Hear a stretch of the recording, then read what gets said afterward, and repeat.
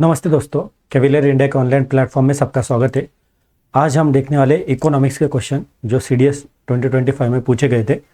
Analysis wise हम जाने वाले किस तरह के क्वेश्चन आए थे और आपका अप्रोच कैसा रह सकता है आने वाले एग्जाम्स के लिए, राइट। इसके रिलेटेड हमारी बैचेस भी चालू हो रहे 4 जनवरी से, राइट।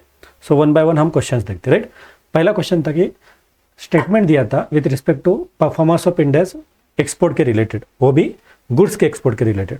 देखिए, अब एक इंपॉर्टेंट चैप्टर से हम जब इकोनॉमिक्स की तैयारी करते हैं तो balance of payment chapter important chapter है, राइट। उसके अंदर आपको कैपिटल गुड्स क्या होते हैं, है ना, करंट आइटम क्या क्या होती है, किन चीज़ों को हम इंपोर्ट कर रहे हैं, एक्सपोर्ट कर रहे हैं, उसके अंदर रैंकिंग कैसी है, वो हम नॉर्मल इकोनॉमिक सर्वे जो होता है उसमें से हम वो जो डाटा एक्सट्रैक्ट करते हैं, राइट। सो वो रिलेटेड क्वेश्चन था। सेम टाइप के क्वेश्चन रिपीट हो सकता है कि शेयर ऑफ कैपिटल गुड्स। अब कैपिटल गुड्स कुछ कुछ होते हैं, जैसे मशीनरी हो गया, इक्विपमेंट हो गया, उनका शेयर क्या हो गया है भाई हमारे यानी कि एक्सपोर्ट के रिलेटेड डिक्रीज हुआ या इंक्रीज हुआ। और सेकेंड था कि कंज्यूमर गुड्स कैसे। सो कंसेप्ट आपको समझाए जाएंगे कि कैपिटल गुड्स क्या होता है, कंज्यूमर गुड्स क्या होता है, सब रिलेटेड। तो इसके अंदर ये दोनों के दोनों स्टेटमेंट गलत दिए थे, सो नन ऑफ द अबव था। मेरा पर्पज़ बताने का यह है कि इकोनॉमिक सर्वे मैटर करता है। अगर आप पढ़ रहे हो तो जो भी लेटेस्ट इकोनॉमिक सर्वे आ रहा है उसके अंदर ट्रेंड कैसा है ना, इंडिया अगर इम्पोर्ट कर रहा है सो कौन सी 3-4 चीज़ें जो इंपॉर्टेंट इंपोर्ट कर रहे हैं, हम एक्सपोर्ट कैसे कर रहे हैं, या कैपिटल और करंट अकाउंट में हमारा ट्रेंड कैसा है वो हमें पता होना चाहिए। सो सेम टाइप का क्वेश्चन आ सकता है वापस, राइट। सो दोनों स्टेटमेंट गलत थे, उन्होंने रिवर्स ऑर्डर कर दिया था, वो रिलेटेड अप्रोच था, राइट। अगला देखिए, which among the following statement about project nexus is correct, है ना। प्रोजेक्ट नेक्सस एक प्रोजेक्ट था, उसके रिलेटेड उन्होंने पूछा था और 4 स्टेटमेंट बेसिक दिए थे। पहला था एक इंटरनेशनल एग्रीमेंट है जिसके अंदर लेबर का मूवमेंट होने वाला है, यानी कि अलग अलग कंट्री के लेबर जाने वाले हैं, इस रिलेटेड है। या सेकेंड था एक ऐसा इंटरनेशनल इनिशिएटिव है जिसमें क्रॉस बॉर्डर रिटेल पेमेंट होने वाला है। अब यहाँ पे इंटरेस्टिंग था, एक तो लेबर का मूवमेंट है, क्रॉस बॉर्डर रिटेल पेमेंट है, टेक्नोलॉजी का पेमेंट है, या फाइनेंशियल इंक्लूजन के रिलेटेड है, राइट। सो प्रोजेक्ट नेक्सस, ये ना साल भर आप जो करंट अफेयर्स पढ़ते हैं तो उसके अंदर अलग अलग प्रोजेक्ट होते हैं अलग अलग इंटरनेशनल लेवल के ऊपर। सो सेम टाइप के क्वेश्चन रिपीट होते हैं। जो भी करंट वो साल करेगा वो एक कंपाइल पीडीएफ के फॉर्म में आपको मिल जाएगा, जिससे आपको पता रहेगा कि किस तरह के क्वेश्चन आ रहे। तो प्रोजेक्ट नेक्सस एक कुछ नहीं था, एक international cross border retail payment के लिए एक प्रोजेक्ट था। देखिए आपको दिखेगा प्रोजेक्ट नेक्सस ये किसका था, तो bank of international settlement, bank of international settlement का ये इंपॉर्टेंट प्रोजेक्ट था। अब इसका एम क्या था, जो भी पेमेंट सिस्टम है इंटरनेशनल लेवल के ऊपर उसको स्मूथ करना है, राइट। एग्जाम्पल कैसा कर सकते हैं, इंस्टेंट लेवल के ऊपर कम से कम कॉस्ट के अंदर आप क्या कर सकते हैं, सिक्योर्ड पेमेंट कर सकते हो इंटरनेशनल लेवल के ऊपर। ये था प्रोजेक्ट नेक्सस वगैरह। सो आरबीआई ने भी प्रोजेक्ट नेक्सस ज्वाइन किया था, उसके अलावा अलग अलग कंट्रीज़ की सेंट्रल बैंक ने ये प्रोजेक्ट नेक्सस ज्वाइन किया था, राइट। सो वन लाइनर था कि हाँ इंटरनेशनल लेवल के ऊपर पेमेंट सेटलमेंट करना है, और वो रिलेटेड एक प्रोजेक्ट था प्रोजेक्ट नेक्सस, उसके related simple one liner question आया था। Okay, so to make the international transaction fast, cheaper and more efficient, right, affordable भी हो, सिक्योर्ड भी हो, वो एंगल से था। अगला देखो, while calculating the consumer price index, housing किस में आता है। देखिए यहाँ पे ना जब हम इन्फ्लेशन टॉपिक पढ़ेंगे तो इन्फ्लेशन में 2 टाइप के इंडेक्स हम देखते हैं, एक होलसेल प्राइस इंडेक्स और एक consumer price index. Consumer price index consumer के लेवल के ऊपर क्या इन्फ्लेशन का ट्रेंड है वो सेटअप करता है, राइट। तो यहाँ पे ऐसा बताया था कि कंज्यूमर प्राइस इंडेक्स के अंदर अलग अलग पैरामीटर्स हमारे होते हैं। तो उसके अंदर उन्होंने पूछा था कि हाउसिंग एज अ क्या है। अब मुझे बता हाउसिंग क्या होता है, जहाँ हम रह रहे, राइट, हमारा मैक्सिमम टाइम वहाँ पे स्पेंड हो रहा है। सो it is type of service, ऐसा अप्रोच से था। अब इसके अंदर आप देखोगे इधर इन्होंने देखो कोर कोर कोर कोर, ये कोर जो था वो कन्फ्यूज करने के लिए आपको वर्ड यूज़ किया था। सो ये कोर का कोई ये यहाँ पे कंटेस्ट है क्या, ये सिर्फ जानबूझ के कन्फ्यूज करने के लिए चारों में दी हुआ है। अब एक था कंज्यूमर ड्यूरेबल, एक था कंज्यूमर नॉन ड्यूरेबल, एक था कैपिटल गुड्स और एक होता है सर्विस। तो ये एक टाइप की सर्विस है जो था। सो मेन था कि कंज्यूमर प्राइस इंडेक्स के अंदर अलग अलग पैरामीटर के आते हैं, कंज्यूमर प्राइस इंडेक्स कौन निकालता है, उसका बेस ईयर क्या है, वो कंटेस्ट में भी आपको एक बेसिक पता होना चाहिए, right. So it is a service, it is type of service. देखो आपको दिखेगा इसके अंदर कंज्यूमर प्राइस इंडेक्स ये क्या करता है, average change in the price at basket, of goods and service at consumer level. Consumer level के ऊपर, कंज्यूमर के पास में, यानी कि किस तरह से कम्युनिटी की वैल्यू चेंज हो रही है, इन्फ्लेशन के साथ अफेक्ट कर रहा है, वो कैलकुलेट करने का काम करता है CPI. So it is a main measure of retail inflation. एक होता है होलसेल इन्फ्लेशन लेवल के ऊपर, एक होता है रिटेल लेवल के ऊपर। सो डब्ल्यूपीआई जो है वो होलसेल लेवल के ऊपर इन्फ्लेशन को काउंट कर रहे हैं, और सीपीआई जो है वो at a point of consumer, है ना, जो कंज्यूमर बेनिफिट ले रहा है उसके पॉइंट ऑफ व्यू इन्फ्लेशन को टारगेट करता है, काउंट करता है। और ये कौन बनाता है? National statistical office. ओके, ये ऑफिस 2019 में बना है, लेटेस्ट ऑफिस है। पहले एनएसएसओ सीएसओ हुआ करता था, उन दोनों का मर्ज होके ये ऑफिस बना है। सो ये इंपॉर्टेंट है, under the ministry of statistics और प्रोग्राम इम्प्लीमेंटेशन। और सीपीआई का यूज़ क्या होता है हमारे अंदर इन्फ्लेशन टारगेटिंग करने के लिए? आरबीआई को होता है, आरबीआई की मॉनेटरी पॉलिसी कमेटी होती है 6 मेंबर की। उनका काम होता है कि हमारा जो इन्फ्लेशन है वो 4 ± 2% के रेंज में रखे, ठीक। सो इन्फ्लेशन टारगेटिंग के लिए हम सीपीआई कमांड यूज़ करते हैं, और इसका बेस ईयर क्या है? 2012, ठीक। सो उसके अंदर आप देखोगे ना, सीपीआई के अंदर अलग अलग कैटेगरीज आपको दिखेंगे। फूड है, या पान तंबाकू मिलेगा, कपड़े मिलेंगे, हाउसिंग मिलेगा, और फ्यूल और लाइट था। तो उन्होंने पूछा था कि इसके अंदर जो हाउसिंग है वो क्या दिखा रहा है? तो मैंने जिस तरह से बताया कि it is a type of service, right. Service का बेनिफिट ले रहे हो तो it is a type of service under consumer price index, right. So देखो क्या था, कैसे क्वेश्चन आ रहे हैं। इकोनॉमिक सर्वे मैटर करने वाला है आपको, क्योंकि इंपॉर्टेंट जो भी हमारा ट्रेंड चल रहा है बैलेंस ऑफ पेमेंट के रिलेटेड, फिस्कल डेफिसिट के रिलेटेड, हम क्या इंपोर्ट एक्सपोर्ट करें उसके रिलेटेड, वो मैटर करने वाले। सेकेंड, जो अलग अलग कंसेप्ट होती है, राइट, जैसे कि ये वाली हमने सीपीआई के कंसेप्ट देख लिए, डब्ल्यूपीआई के कंसेप्ट देखा है, तो कंसेप्ट बेस्ड क्वेश्चन भी आते हैं। सो वो भी आपको पता होना चाहिए, राइट। और एक तीसरा इंपॉर्टेंट है कि जो भी इंटरनेशनल लेवल के ऊपर इंडिया का पार्टिसिपेशन है, ऐसे कोई भी प्रोजेक्ट लॉन्च हो रहे होंगे, उसका भी आपको पता होना चाहिए। तो इकोनॉमिक्स स्टैटिक पूरा होता नहीं है, इकोनॉमिक्स के साथ आपको करंट को लिंक करना ही पड़ेगा।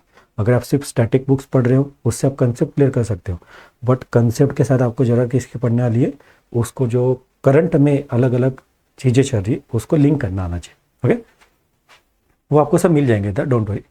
अगला था, which one of the following establish the first global capability centre in India. अभी बड़ी इवेंट था, राइट, कि उन्होंने उनका first global capability centre India में इस्टेब्लिश किया था, बेंगलुरु में। सो ऐसी कौन सी ऑर्गेनाइजेशन है, किसके रिलेटेड था? तो टेक्सास इंस्ट्रूमेंट, इसके रिलेटेड था। तो एक आदि कोई इंपॉर्टेंट इवेंट हो रहा है तो उसके रिलेटेड भी क्वेश्चन आएगा कि इंडिया में फर्स्ट टाइम ऐसा कुछ हो रहा है, जो इंडिया में एक आधा इस्टेब्लिश हो रहा है, एक आधी यूनिवर्सिटी इस्टेब्लिश हो रहा है, एक आधे फॉरेन कंट्री की, या इंडिया की यूनिवर्सिटी एक आधे फॉरेन कंट्री में इस्टेब्लिश हो रही है, तो जो फर्स्ट इवेंट्स होती है ना वो मैटर करती है। तो वो जो भी होंगे एक पेज पे भी हम अगर निकाल लेते हैं साल भर में जो भी इंपॉर्टेंट इवेंट हुए हैं, तो हम एक अप्रोच आ सकता है कि ठीक है ये तो भी इतना तो भी हमने किया है। ओके, अगला देखो, राइट, ये हमारी बैचेस के रिलेटेड, ये हमारी सब टीचिंग फैकल्टी है, सीडीएस के रिलेटेड होलिस्टिक प्रिपरेशन के लिए आपको एक क्रैश कोर्स टाइप के बैच मिलेंगे, जिसमें आपका पूरा syllabus with question pattern, exam oriented syllabus के हिसाब से आपका कवर किया जाएगा। इसके अंदर आपको नोट्स वगैरह अवेलेबल होंगे, सो आप कॉन्टैक्ट कर सकते हो, राइट। नेक्स्ट क्वेश्चन देखिए, which of the following pair is not correctly match. यहाँ पे आपको पूछा था कि कौन सी पेयर करेक्टली मैच नहीं होती। अभी ना ये थोड़ा इजी क्वेश्चन था, अगर आप थोड़ा कंसेप्ट आपने किया हो। देखिए ठीक है, आपको पहले दो स्टेटमेंट है वो आपको पता नहीं है, समझ लीजिए। ओके, ग्लोबल वैल्यू चेन आपको पता नहीं है, वर्ल्ड इंटीग्रेटेड ट्रेड सॉल्यूशन पता नहीं है, पर आपको है ना करंट अकाउंट डिफिसिट है ना, अगर आपने बेसिक इकोनॉमिक्स का पढ़ाई किया है तो करंट अकाउंट डिफिसिट आपको पता होता है। और करंट अकाउंट डिफिसिट में एफडीआई नहीं आता है, FDI is a foreign capital account के पार्ट आता है। तो अगर आपको पता है कि कंफर्म आपका सी ऑप्शन तो आ रहा है, इन्होंने बोला था कि नॉट करेक्ट वगैरह कौन सा है, तो आपके इसके अंदर आपको ऐसा ढूंढना है कि जिसके अंदर सी तो डेफिनेटली हो। सो पहला ऑप्शन यहाँ पे आपका रॉन्ग हो जाता है, राइट। नाउ दो स्टेटमेंट राइट थे, पहला था ग्लोबल वैल्यू चेन, वो सेकेंड था वर्ल्ड इंटीग्रेटेड ट्रेड सॉल्यूशन। अब ये क्या होता है, इंटरनेशनल प्रोडक्ट शेयरिंग वगैरह क्या है ये आपको मैं बताता हूँ। इंटरेस्टिंग कंसेप्ट है। देखिए ग्लोबल लेवल के ऊपर क्या हो रहा है, ग्लोबल वैल्यू चेन क्या हो रहा है, एक सीक्वेंस है, एक एक्टिविटी है कि एक जगह पे आप डिज़ाइन कर रहे हो, डिलीवर कर रहे हो, यानी कि असेंबलिंग। आप देखते हो ना आज इंटरनेशनल लेवल के ऊपर एक यानी कि एक कंट्री के अंदर मोबाइल बन रहा है, उसके पार्ट्स दूसरे कंट्री से आ रहे हो, तो ये सब चेन, ये जो चेन होती है ना, यानी कि कौन से कंट्री से आप क्या माल ला रहे हो, कहाँ पे असेंबल हो रहा है, सो इट इज़ अ नेटवर्क। तो उसके रिलेटेड क्वेश्चन था, जिससे क्या हो, अगर ये आपको पता है तो आपको पता रहेगा कि गुड्स वगैरह या सर्विसेज जो बन रही है कहाँ बन रही है, उसका मूवमेंट कैसा हो रहा है, उसका जॉब क्रिएशन कैसा हो रहा है, और टेक्नोलॉजिकल डिफ्यूजन, कौन से कंट्री में कौन सी टेक्नोलॉजी अवेलेबल है, कहाँ पे किसकी ज़रूरत है, right. Now GVC is a product sharing, correct, क्योंकि ग्लोबल वैल्यू चेन क्या करता है, स्प्लिट करता है प्रोडक्शन अक्रॉस द कंट्री, कि एक कंट्री के अंदर असेंबलिंग हो रहा है, को दूसरे कंट्री के अंदर उसके रिलेटेड उसके ऊपर कुछ वैल्यू एडिशन हो रहा है, सो प्रोडक्ट के रिलेटेड जो भी इंफॉर्मेशन है उसके रिलेटेड है। Now WITS provides GVC related trade data. अब क्या होता है, आपको पता होना चाहिए ना, एक कहाँ पर डाटा, यानी कि कौन से कंट्री के अंदर कौन सी प्रोसीजर हो रही है, एक डाटा तो पता होना चाहिए। So that is a data, वो जो डाटा होता है उसके रिलेटेड सेकेंड ऑप्शन है। तो पहले दो स्टेटमेंट जो थे वो करेक्ट था, थर्ड स्टेटमेंट रॉन्ग क्यों था, क्योंकि फिजिकल डिफिसिट ये आपका, यानी कि कैड करंट अकाउंट डिफिसिट हमारा एक होता है और एक कैपिटल अकाउंट होता है। सो कैपिटल अकाउंट का पार्ट होता है foreign direct investment, current account का पार्ट नहीं होता है। सो वो एंगल से पहले दो स्टेटमेंट आपको यहाँ पे राइट दिखेंगे। ओके, ना अगला था, how can the currency deprivation stimulate and increasing the net export. अब यहाँ पे है ना वापस से कंसेप्ट बेस्ड क्वेश्चन आएगा। हमारी जो करेंसी होती है, राइट, ग्लोबल लेवल के ऊपर करेंसी, उसके अंदर अगर हम करेंसी का डिप्रिवेशन हो रहा है, राइट, तो उसका इम्पैक्ट कैसा हो रहा है इंटरनेशनल लेवल के ऊपर। पहला हो रहा है कि by reducing the export cost, और दूसरा है by reducing the import price. देखिए, जब एक आधे कंट्री की करेंसी क्या हो रही है, डिप्रिशिएट हो रही है, तो इनडायरेक्टली क्या होता है, उसका जो एक्सपोर्ट है वो एक्सपोर्ट क्या हो जाता है, बढ़ जाता है, और उसका इम्पोर्ट जो है, इम्पोर्ट रिड्यूस हो रहा है।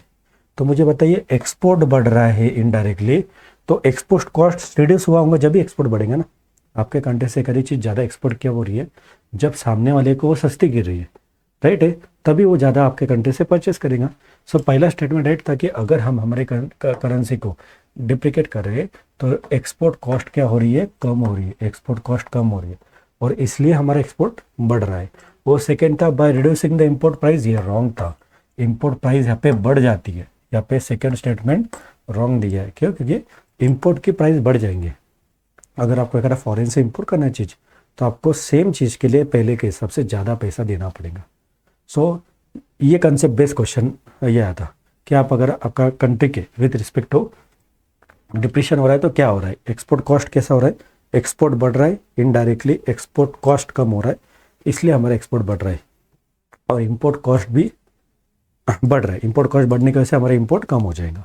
सो it is a conceptual based question. Okay, so यहाँ पे पूरा डिटेल सॉल्यूशन दिया था, आपको मिल जाएंगे वगैरह कि किस तरह से उसे एक्सपोर्ट क्यों चीप हो जाता है, उसका एग्जांपल था, इंपोर्ट क्यों कॉस्टली होता है, आपको एक प्रॉपरली एनालिसिस मिल जाएंगे इसके रिलेटेड। और इतना ही नहीं, इसके अंदर हमने डिटेल में किया है कि अगर एक आधे कंट्री के करेंसी के अंदर चेंजेस आ रहे तो क्या क्या इफेक्ट होता है, यानी कि मॉनेटरी पॉलिसी के ऊपर या इम्पैक्ट ऑन फॉरेन इन्वेस्टमेंट पे किस तरह से इफेक्ट होता है, ये सब डिटेल में इधर आपको मिल जाएगा। ओके, नाउ नेक्स्ट क्वेश्चन था कोर इन्फ्लेशन। ये भी एक इन्फ्लेशन पे ये सेकंड टाइप का क्वेश्चन आ गया। पहले हमने ऑलरेडी कंज्यूमर प्राइस इंडेक्स देखा, कंज्यूमर प्राइस इंडेक्स भी एक इन्फ्लेशन का टॉपिक रिलेटेड क्वेश्चन था। और सेकंड क्वेश्चन आ रहा है हमारा ये वाला, क्या पूछा था हमें, कोर इन्फ्लेशन का डेफिनेशन था। देखिए ना, इन्फ्लेशन आप जब काउंट करते हैं तो दो टाइप की कंसेप्ट हम पढ़ते हैं, एक हेडलाइन इन्फ्लेशन और एक कोर इन्फ्लेशन। सो है ना, कुछ कुछ चीज़ें जैसे फूड हो गया या फ्यूल हो गया, ये बहुत वोलाटाइल होती है। तो अगर आप इन्फ्लेशन कैलकुलेट करने भी जाओगे तो ये वोलाटाइल चीज़ों की वजह से इन्फ्लेशन के अंदर बहुत आपको अप एंड डाउन दिखाएंगे, क्योंकि इनकी प्राइजेस बहुत ज़्यादा ग्लोबल मार्केट के ऊपर डिपेंड है। यानी कि फ्यूल की प्राइस ग्लोबल मार्केट के ऊपर कुछ भी चेंजेस होता है तो फ्यूल के प्राइस अफेक्ट होता है। अगर रेनफॉल के ऊपर हो गया, ड्रॉट हो गया, फ्लड आ गया, अगर ये कुछ चीज़ हो जाता है तो आपके फ्रूट्स वगैरह जो खाने की चीज़ें वगैरह या उसके चीज़ों में चेंज आ जाता है। सो ये जो है ना, ये बहुत वोलाटाइल चीज़ें होती हैं।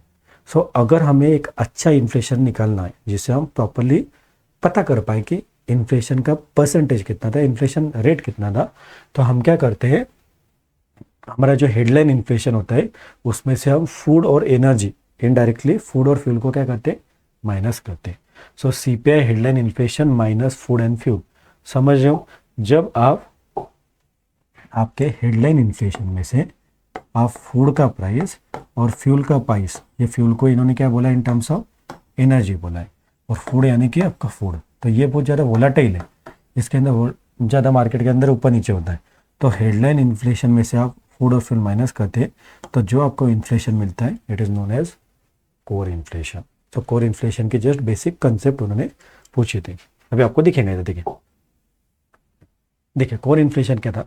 Core inflation means inflation measure without the effect of food and fuel, that is energy price. समझ रहे हैं, क्योंकि ये ज़्यादा है ना, इसको निकालने का रीज़न क्या था, उसके जो प्राइस होते हैं वो फ्रिक्वेंटली चेंज होते रहते, इंटरनेशनल ट्रेंड के हिसाब से हो गया, या जैसा मैंने बताया आपको कि बारिश आ जाता है, फ्लड आ जाता है, ड्रॉट आ जाता है, तो ये चीज़ें ऐसी है कि जिसकी प्राइस सडनली अप जा सकती है, सडनली डाउन जा सकती है।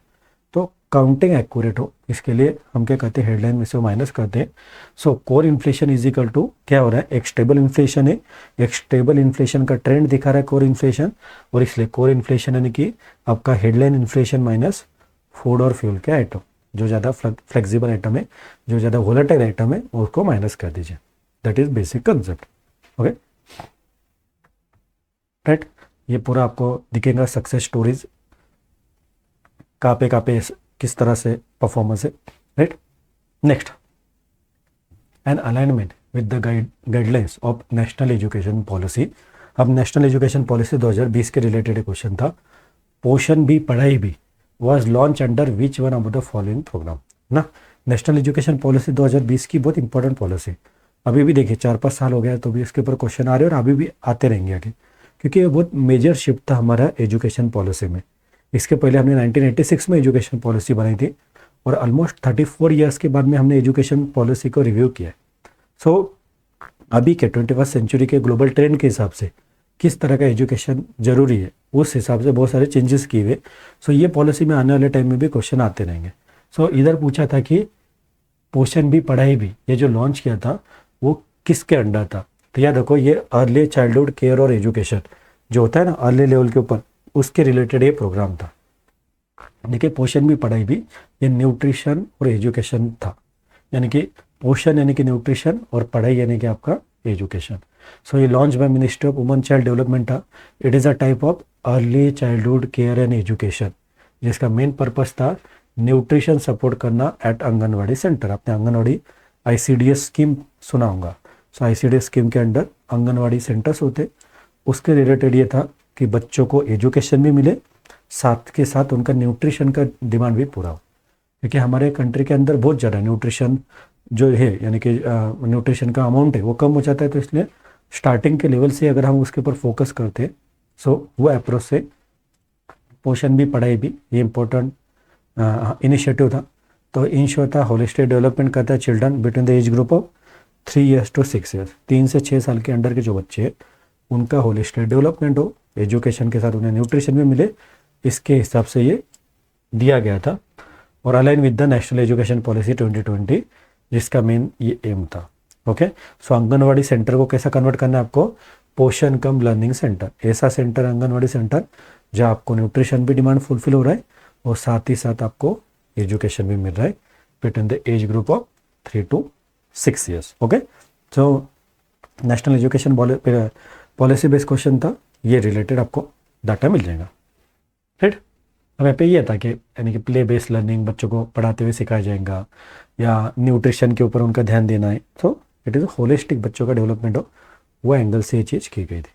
राइट, अगला था which one of the following define flexi worker. अभी है ना ये ट्रेंड बहुत बढ़ गया है, फ्लेक्सी वर्कर नाम ही से फ्लेक्सी यानी कि फ्लेक्सिबिलिटी टाइप लग रहा है कुछ आपको, तो फ्लेक्सिबिलिटी ऑफ टाइम, यानी कि वर्क कल्चर के अंदर फ्लेक्सिबिलिटी हो, ऐसे टाइप के वर्कर को फ्लेक्सी वर्कर बोला जाता है। तो यहाँ पे क्या दिया था, फॉर्मल कॉन्ट्रैक्ट स्टाफ। अब फॉर्मल वर्कर है क्या, इनफॉर्मल या formal, so it is a informal worker है, तो फॉर्मल तो नहीं है, informal sector employ working in urban area. अब यहाँ पे स्पेसिफिकली अर्बन एरिया इन्होंने टारगेट किया। सेकेंड एग्रीकल्चर और सेकेंड रेगुलर सैलरी वर्कर। तो याद रखिए आपने, जैसे एग्जांपल से आपको समझेगा। देखो फ्लेक्सी वर्कर कौन कौन होते हैं, ये कैसे होते हैं जो फ्लेक्सिबल होते हैं, नॉन परमानेंट होते हैं और टेम्पररी बेसिस के ऊपर है। राइट, एग्जांपल जैसे पार्ट टाइम का कुछ काम रहा तो आप फ्रीलांसर टाइप कुछ काम करते हैं ना, दैट इज फ्लेक्सिबिलिटी टाइप का काम। आपको जब टाइम अवेलेबल है आप उतना टारगेट या उतना काम करके दे रहे हो, ये अर्बन एरिया में इसके होता है। गिग वर्कर, गिग इकोनॉमी भी होता है, right. So gig worker is a type of यानी कि फ्लेक्सी वर्कर हम जो देख रहे हैं। फ्रीलांसिंग हो गया, ये कॉन्ट्रैक्ट वर्कर, आपने कॉन्ट्रैक्ट किया, इतने दिन का कॉन्ट्रैक्ट था, आपने वो कॉन्ट्रैक्ट कंप्लीट किया, वो काम करके हमने दे दिया। सो इट इज़ अ फ्लेक्सिबिलिटी आपको यहाँ मिल रहा है। या on call project based work, so common in sector like IT हो गया, डिलीवरी सर्विस हो गया, रिटेल हो गया। तो ये जो सर्विसेज अलग अलग है, मेनली ये अर्बन एरिया में सेंटर्ड होती है और इसको डिमांड होता है, राइट। कंटिन्यूसली वर्कर्स की ज़रूरत होती है। तो जितना देर का प्रोजेक्ट है, 2 महीने का प्रोजेक्ट रहा, 2 महीने के लिए इसको अपॉइंट किया, कॉन्ट्रैक्ट बेसिस के ऊपर वो प्रोजेक्ट कंप्लीट हुआ, वो चला गया। तो फ्रीलांसर टाइप का जो जॉब है, इसको हम क्या बोलते हैं, flexi worker. Okay, so it is not a formal type of work, it is a informal type of work, right. तो इधर आपको ये फ्लेक्सी वर्कर का भी कंसेप्ट हो जाएगा। अगला था which one among the following is an integrated teacher training programme. अब वापस देखिए, नेशनल एजुकेशन पॉलिसी 2020 की बहुत इंपॉर्टेंट है, क्योंकि वापस से सेम टाइप का क्वेश्चन, ये भी जो चेंजेस आए हुए ना, ये अभी एजुकेशन, हेल्थ, ये प्रायोरिटी सेक्टर है हमारे, फाइनेंशियल इंक्लूजन। सो इनडायरेक्टली या डायरेक्टली उसके रिलेटेड क्वेश्चन आ रहे। तो इधर पूछा था कि which of the following is an integrated teacher training, यानी कि आपको टीचर का ट्रेनिंग भी इक्वली इंपॉर्टेंट है एजुकेशन सिस्टम में। सो कौन सा ऐसा प्रोग्राम है जो टीचर ट्रेनिंग के रिलेटेड है? तो निष्ठा नाम का प्रोग्राम था, जो फोकस करता है टीचर की पीरियडिकली ट्रेनिंग होती रहे। अगर टीचर खुद ट्रेन रहेगा तो ज़्यादा प्रॉपरली स्टूडेंट को हेल्प कर पाएगा। सो देखिए, Nishtha national initiative for school head और teacher holistic advancement is a integrated teacher training programme, जिसका एम है improve the quality of school education through training of teachers, school principal and other stakeholder. तो बीच बीच में जो भी school के related teachers होंगे, प्रिंसिपल्स होंगे, उनकी टाइमली उनके ट्रेनिंग करना है, उतना ही है, उसको बोला जाता है। उसका फुल फॉर्म आपको पूछ सकते या उसका कंसेप्ट आपको पूछ सकते, तो दैट इज निष्ठा। ये भी एजुकेशन पॉलिसी के साथ ही अलाइन होने वाला टाइप का क्वेश्चन है। सो सेम टाइप का बता सकते हैं, राइट। सो इतने क्वेश्चन थे इकोनॉमिक्स के रिलेटेड हमने देखे। देख लीजिए, इकोनॉमिक्स के अंदर ट्रेंड तो समझ लीजिए, आपको कंसेप्ट जितनी पता होना चाहिए। जैसे हमने सीपीआई के बेस पे कंसेप्ट क्वेश्चन देखा है, डिप्रिसिएशन ऑफ रुपीज़ के रिलेटेड देखा होगा। सो कंसेप्ट तो आपको पता होना चाहिए, बट कंसेप्ट के साथ अगर आप करंट ट्रेंड को प्रॉपर फॉलो कर रहे होंगे, उसके अंदर हमारा इकोनॉमिक सर्वे रिलेटेड जो भी आता है, इकोनॉमिक सर्वे बजट आ रहा है, या अलग अलग जो स्कीम्स लॉन्च हो रही है, अगर थोड़ा भी उसका आपको नॉलेज रहा तो आप 7 to 8 क्वेश्चन डील कर सकते हो। सो जो एक्स्ट्रा इन्फॉर्मेशन है वो आपको हम पीडीएफ फॉर्मेट में दे देंगे, जितना वो साल भर में इंपॉर्टेंट चीज़ें हो रहा है वो भी आपको प्रोवाइड किया जाएगा। सो आप इसका डेफिनेटली बेनिफिट ले सकते हो। ओके, सो नेक्स्ट टाइम हम मिलते हैं और एक क्वेश्चन के साथ, मोस्टली ज्योग्राफी वगैरह के साथ मिलते हैं। Okay, so all the best सबको।